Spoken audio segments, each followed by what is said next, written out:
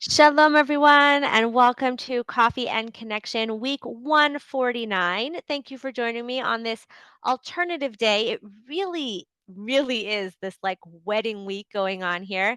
Thank God we had a Shabbat chatan on Shabbos, wedding preparations, everything going on. And then I had a wedding on Monday night. Then I went to the end of the Shavuot brachot that was for that wedding, and I have tonight, and tomorrow we have a wedding, and then Sheva Brachot of my brother-in-law. So thank God it's a busy wedding week, and it's really making me think a lot about weddings and what can come up for women at weddings. I think that it's very interesting. I asked the question on Monday when I sent out the email letting everyone know that there was going to be a change in date. That I that question of like, what do we think about at weddings? What do you think about? And I got some really nice answers. Thank you for everyone who did respond. And it's so interesting how we can both the answers that I got either spoke to one or many of them both of the different sentiments. Amen, amen. And we have many smachot in all of Am Yisrael. Thank you. So that sometimes we go to a wedding and we just feel so like hopeful and excited for the chassan and kallah. Like, wow, they should always feel so happy. They should always be so in love with each other. It's like so that happiness and that hope. And then that can also come with a feeling of like, "Oh, I wish I had this, or why don't I feel that way?" I remember there was a period in my life where there was like this period where we were going through a really rough time. And I remember that we went to a wedding together, and we ended up kind of like even fighting during the wedding, and I was like, "I have to leave the wedding. Like, I don't wanna bring my negative energy, all this, like, disunity that we're feeling at this time to the wedding." And it was, like, such a chava, like, we had babies, and I think my parents were watching them, and we, like, barely ever got time away at that. They were visiting, and I just felt like I couldn't even stay. I think he had already left, and then I left, and I didn't even know what to do with myself. And it's so easy at a wedding when you see these like this chassan and kala, and everyone's wishing them all these brachot and all this, giving such advice that you're like, wow, I don't live that in my life. That's not what's not what I'm experiencing. It can be so painful. And what I want to talk about today is kind of like, well, why is that? How could it be that a wedding, which is so hopeful, can also be so painful? And what if it didn't have to be that way? What if we could all actually go, like, not just enjoy the wedding for the chassan and kala, but leave the wedding with a feeling of inspiration, with like renewed feelings of our own for our own marriage, instead of feeling frustrated and discouraged by the fact that our marriage looks different than what we see the chassan and kala feeling for each other. I want to start out though by sharing something that a conversation that I had with somebody recently. I was talking to a friend of mine, and we were talking about the challenges in marriage and how marriage is challenging and why it's so hard and why we struggled, and why it's, how like where maybe the society is failing couples. And what she said is that she brought up this really important point, that she said, "I remember at all my Sheva brachot, like, because I remember I said, I think it's so, like, at least we're getting to a point where at Sheva brachot, they're not just talking about, oh, marriage is so beautiful, and oh, may you always love each other. But there is this like sense of like, okay, marriage is work, and marriage is something you have to put into. At the Sheva Bracha last night, they had, it was small, it was intimate, and it was like everyone giving some advice to the chassan and kala. And this friend said, yes, everyone got up and said, marriage is work, but no one told us how to do it. No one explained what that looked like. Nobody gave us any resources. Nobody said, so this is what you should do. Nobody talked about working on yourself. Nobody talked about learning how to like actually have a healthy relationship. And I'm going to go into that a little bit more, because I think that actually what can happen is that we end up actually getting advice that is unhealthy, right? And so I want to talk about why. I wrote down some notes here of why I think that even when leave our wedding knowing and hearing and getting advice like marriage is work and you have to make the decision to love each other every day and all these beautiful things that are said, why we're still struggling, maybe even more than ever. And so I wrote down some things here. You'll tell me which of these resonate with you. And let's be honest, try to put yourself back to when you got married, whether it was a year ago or 10 years ago or 50 years ago. How many of us, put me in the chat if you can be honest here. And if you're listening to the recording, just acknowledge for yourself. How many of us heard those ideas and thought, yeah, but we're going to be different? Or, yeah, but I'm different. Or, not us. We're going to be okay. We love each other enough, or we're good enough, or I'm going to work hard enough, or I'm going to be such a good wife that we won't struggle. Me. Thank you. Anyone else want to be real and vulnerable? How many of us thought it will be different for me? Totally. Okay, good. There's a certain tell that I have in conversations with women when a woman will get on the phone when I'm meeting her for the first time, and she'll say, "When I got married, I told myself I was going to be the best wife." And I say, "I know exactly where this is going." Right? When we get married and we think, "I'll be different. Our marriage is going to be great," or "I'm going to be like," we don't fully accept it. We think that somehow we're going to beat that system because we're idealistic enough or we care enough that it's not going to be like that for me, or I'm going to, you know, we're going to be like it's, we still believe that somehow we're not going to have those challenges. All be different. And so when it does happen that there's a struggle, that there's a difference, that we don't agree about something, that he's not the way I thought he was, when I'm not who he wanted me to be, we're surprised and we're shocked and we're hurt and we're bothered. Yeah. Yeah. Oh, thank you for sharing all of these comments. They're so important. We still get tripped up by it. Like, it's amazing. Like, I think one of the most powerful things to realize is like, well, why do we like to realize that we think that we get married and we see differences in us and we think, oh my gosh, this is bad. This is wrong. We shouldn't be different from each other. We should agree on everything. We should always get along. We should always want the same things. And I can't believe you want something different than me. I can't believe I want something different than you. I can't believe you do it that way. I can't believe you think that, rather than like expecting that, right? So we just think, I'll be different. That won't be me. Another thing, and this was the thing that I remember talking about with my friend, is that you'll say, well, you have to work hard. Well, what does that mean? What does that mean to work hard? And many of us come into marriage, whatever we know about marriage is whatever we already know. And that's like whatever we learned growing up, which has its, good things and its not such great things. It's whatever we, kind of learned in a class that we don't really know how to apply. We have a lot of stuff in our blind spots. We have a lot of fears and expectations and limiting beliefs that we're not aware of. And so when it's not working, we don't know what else to do. So what do? We just try harder. We just try harder to do the thing that we've already tried doing that didn't work.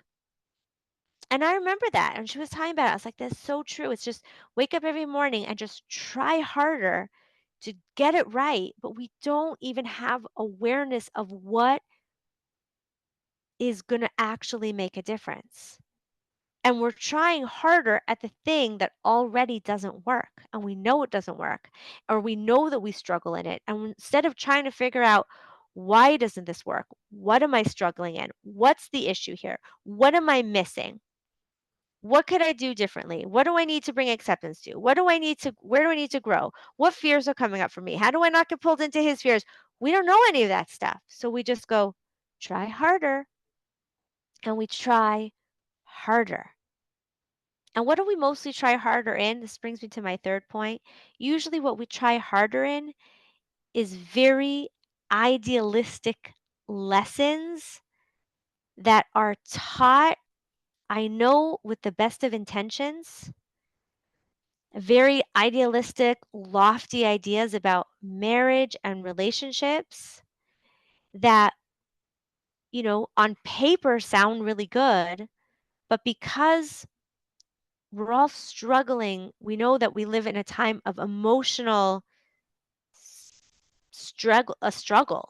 emotional struggles, where we're all emotionally struggling and we have very high expectations at the same time, then the things we're trying harder in are these idealistic lessons that may actually be creating more problems, unhealthy habits, unhealthy patterns.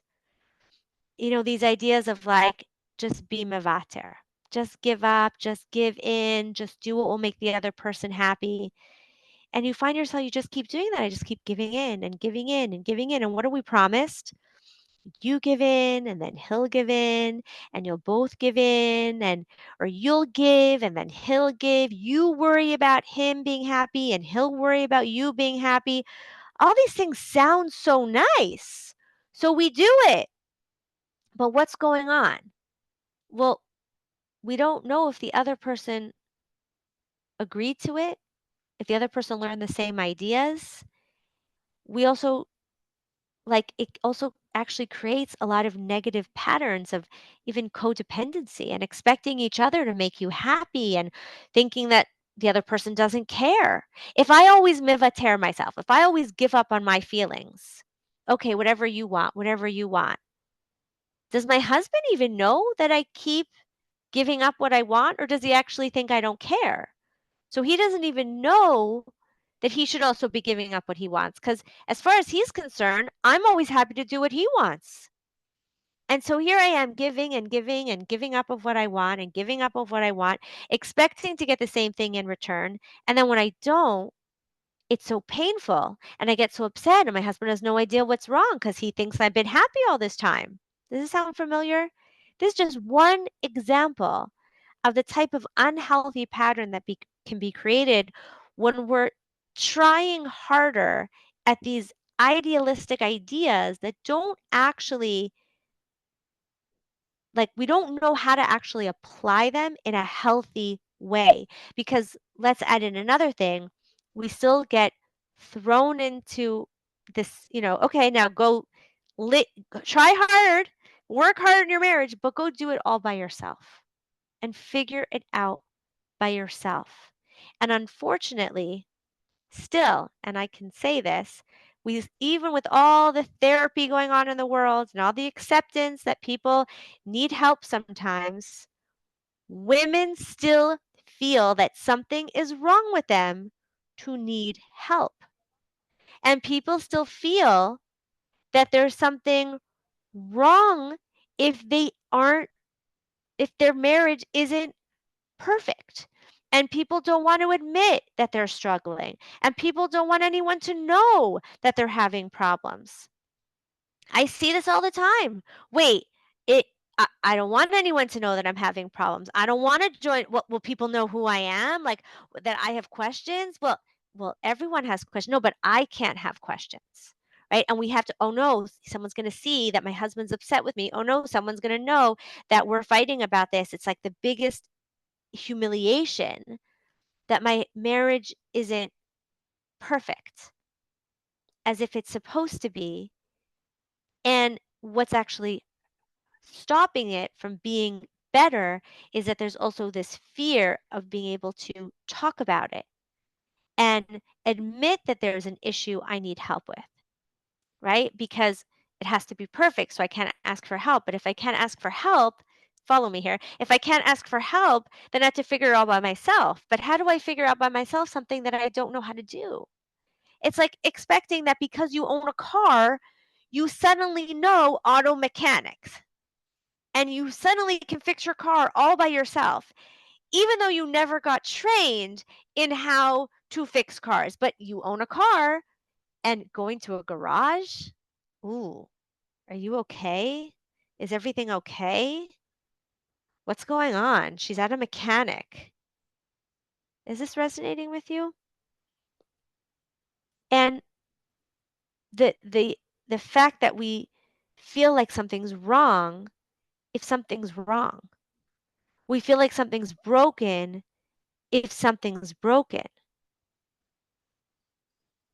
because we think that it's supposed to be perfect from day 1 on its own. And sometimes what happens is even we get this advice, you may get even specific advice that is a little bit, more practical. And you don't really and then you kind of interpret it a certain way or it's told by the person and what works for their life and it just doesn't work for yours. I was speaking to someone recently who told me that she's struggling. I'm not giving any identification ways of knowing who this is, but I was speaking to somebody who said that, they feel like they don't spend enough time with their kids. And I said, "Well, what does that mean?" I don't spend time with my kids. How many hours a day do you spend with her kids? Like 9 hours a day she's spending with her kids. I'm like, so what do you mean when you say you don't spend enough time with them? Like you're spending 9 hours a day. She's like, yeah, but I don't sit with each kid for 10 minutes a day and just talk to them. And I said, well, why do you think that that's what you need to do in the busyness of life? And you're spending 9 hours a day with them, and there's so much that needs to get done that you're telling yourself because you don't spend, you know, like upwards of like an hour with like just one-on-oneing with each of them every night, that it means that you're not spending enough time with them, that you're not a good mother. She said, well, that's what all the experts say. That's what all the experts say. All of them say spend quality time with your kids. And I said, well, what if the time you're spending with them is quality time? What if it doesn't have to be sitting one on one with a kid for 10 minutes a day? What if it means I'm there for you? And if you want to talk about something, I'm here and I'm doing things for you and I'm taking care of you and I'm taking care of a different kid right now while you want my attention. But now, I can play a game with you or I'm making dinner for you or I'm here when you come home. What if that was quality time? It's just a question of how you define it and define it in a way that also works for you. And we walked off that call and the idea was to realize the time she spends with her kids is quality time. It does count. It is enough. And how much does that apply in our marriages also, where there might be advice like spend time together, spend quality time. So you're telling yourself every day we have to sit down and we have to talk about our day, but that doesn't work and he's too busy or I'm tired and we're pressuring ourselves and oh my gosh, I have such a bad marriage because I don't do this or without realizing that what about the fact that you check in with each other once a day or that you go out once a week or that turns out that you'd rather just be like you need some time to yourself at the end of the day, but you're happy then to be able to connect with him afterwards when you don't pressure yourself to spend all that time. Or maybe, you're telling yourself we have to spend quality time. So we have to talk about emotional things and it has to be deep and it has to be inspiring. And like then we get upset when all he wants to talk about is what happened at work and he gets upset that you just want to talk about what happened with the kids, but that's what's on your mind at the end of the day. And what if that was all okay? What if it didn't have to be so idealistic? What if we could be real and see what works for us and learn about each other and build healthy patterns and be able to ask for help when we need it and to not feel that something's wrong because something's wrong, right? What if it was just, wow, there's an issue here. Instead of trying harder, you knew it was okay to get support. You knew it was okay to ask for advice. You knew it was okay to talk to someone about it. And you didn't have to feel embarrassed or shameful about it because you knew that that was just real. And so maybe what's making it so painful at weddings is that we see the reality of marriage as a b'diavad, as not the way it's really supposed to be. We're not supposed to struggle. We're not supposed to be different. We're not supposed to have challenges. We're not supposed to feel frustrated. We're not supposed to, and yes, ideally, we don't, I'm not saying we should be walking around frustrated, but what if like having challenges is a part of marriage and the goal is not to not have challenges. The goal is to know how to deal with the challenges. And that's why a wedding can be inspiring because what's so beautiful at a wedding? What's going on at a wedding? A wedding is potential. This chassan and kallah, as much as they think they know each other, they don't know each other. They've never been married before. They've never even, in situations where couples have like we live in a world where there's this real-time experiment going on. This real world experiment of like, will marriages be more successful if people live together before? And people are like trying it and seeing like actually the divorce rate is only going up. So until a couple is married, they don't know each other.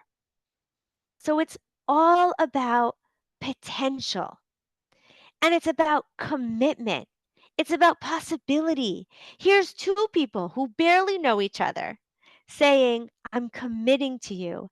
I What I know about you, I love. What I know about you, I'm excited to get to know more. I'm excited for our life together. I want to build together. I want to get to know you more. That's the excitement, the possibility, the hope, the potential at a wedding. And that is something we can all be inspired by. I invite you to think right now of your marriage, of your husband, as someone who you get to know, who you barely know, no matter how long you've been living together with, because we're all so complex and there's so much to us and we're constantly growing and changing and we get to know each other. We have challenges and we get to figure out how do we make this work? How do we live together? How do we grow together? We get to stay committed to each other, committed to figuring it out, committed to working on ourselves and learning about the other person. The same way that a chassan and kallah are doing at the wedding, we get to do that. We get to see their love for each other and be like, "Oh yeah, that's why." Even though I never had thought of like why to have a picture of from your wedding in your room. At one point, my mother remodeled her dining room, and she had this huge portrait from my our wedding. I was the first one to get married, so she realized she didn't want such big ones, and she knew someone sending a lift to Israel, so she sent it. So I now have this big wedding portrait in my room, and I love looking at it for two reasons. Number one, I look at that picture and I realize I am not that woman anymore. Baruch Hashem, I have grown and he has grown and we are not the same people. Look how much we've like grown in like this beautiful way, how we've grown like we literally we're very young in the picture. We've grown, we've matured, we're like on a different level than we were when we got married in so many ways. And at the same time, I look at that picture and I say, wow, look how much we look how much we loved each like how excited we are to be in this picture together, to be at the like getting married. And even if you're like, well, I didn't even really know if I loved my husband when I married him, even then, like the commitment that you make in that moment. And I look at that picture and I say, wow, I, let me remember that. Right? Every day, let me remind myself, I chose this man. No, no, no. Okay. Now you got to, now you got to stick to your commitment. But like, there's something I saw in him that's still there, and there's something he saw in me that's there. Even in the middle of a challenge, it's still there.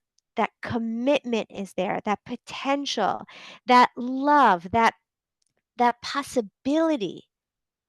And those two ideas get to keep us excited and moving forward. Let's keep growing and keep what's the word I'm thinking of? Like where you just get to like newer and newer levels while also remembering like that love that we felt then, we get to feel it even more now.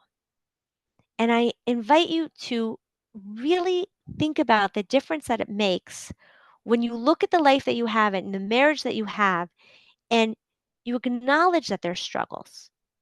And what happens if you can look at those struggles not as, oh no, we're not the ideal, something's wrong with us, but something doesn't feel good here, something's a struggle, something is an issue, and you bring acceptance to that. There is an issue here. And when you bring acceptance to it, you get to start thinking about, because we have the commitment and because there's potential and because there's hope, so what can I do about it? What do I need to know to be able to deal with this? Where can I get help for this? What can I learn? Where growth can I do for myself? What do I need to communicate to my husband? What do I need to accept about my husband? What do I need to appreciate about him? What do I get to know about him? Where do I get to share myself with him? What's our next level? And then we can go to weddings and feel the excitement for them and bring that home with us, so that we leave a wedding feeling excited with the potential, not just for them, but for every home, because every day we get to make that commitment again. And at the wedding, we don't know what we're getting into, right? They don't know. So it's not that in that moment they think, now, everything's going to be amazing. Let everything keep being amazing. We know they're going to have struggles because they're not the same, and they have to learn what it means to be married, and they get to know each other, and they have to figure out their differences. The thing that we can daven for is that they can navigate all of that with strength, with clarity, with guidance, with commitment, with hope, with knowing that it's okay to struggle, so that they're always looking for a solution. And we get to always look for a solution rather than getting stuck and feeling there's something wrong in the challenge. We get to stay hopeful in a potential to move forward. Okay. So I hope that this was helpful for all of you. I'm going to look through the chat afterwards. Thank you. Thank you for your comments. I love that you all had so much to share. And like I said, I'm going to go through it. I'm going to try to get an early night. I still have a bunch of things to do, but I thank you all for sharing in this week with me. And I look forward to seeing you next week. Please God back at our regular time. Until then, may we all be blessed to live, love, and be loved with all our hearts. And may Am Yisrael only share in simchas and happiness and, the whole kol sason v'kol simcha, which kol chatan v'kol kallah, the sounds of a chassan and kallah. That's the simcha. That simcha, that happiness is reminiscent of, please God, the happiness that we'll feel, that hope, that looking forward to the future that we'll feel, please God, in the coming geula as we get closer and closer to Mashiach. And may that come quickly and easily, and may we only know simchas together. Lots of love to all of you. Goodbye for now.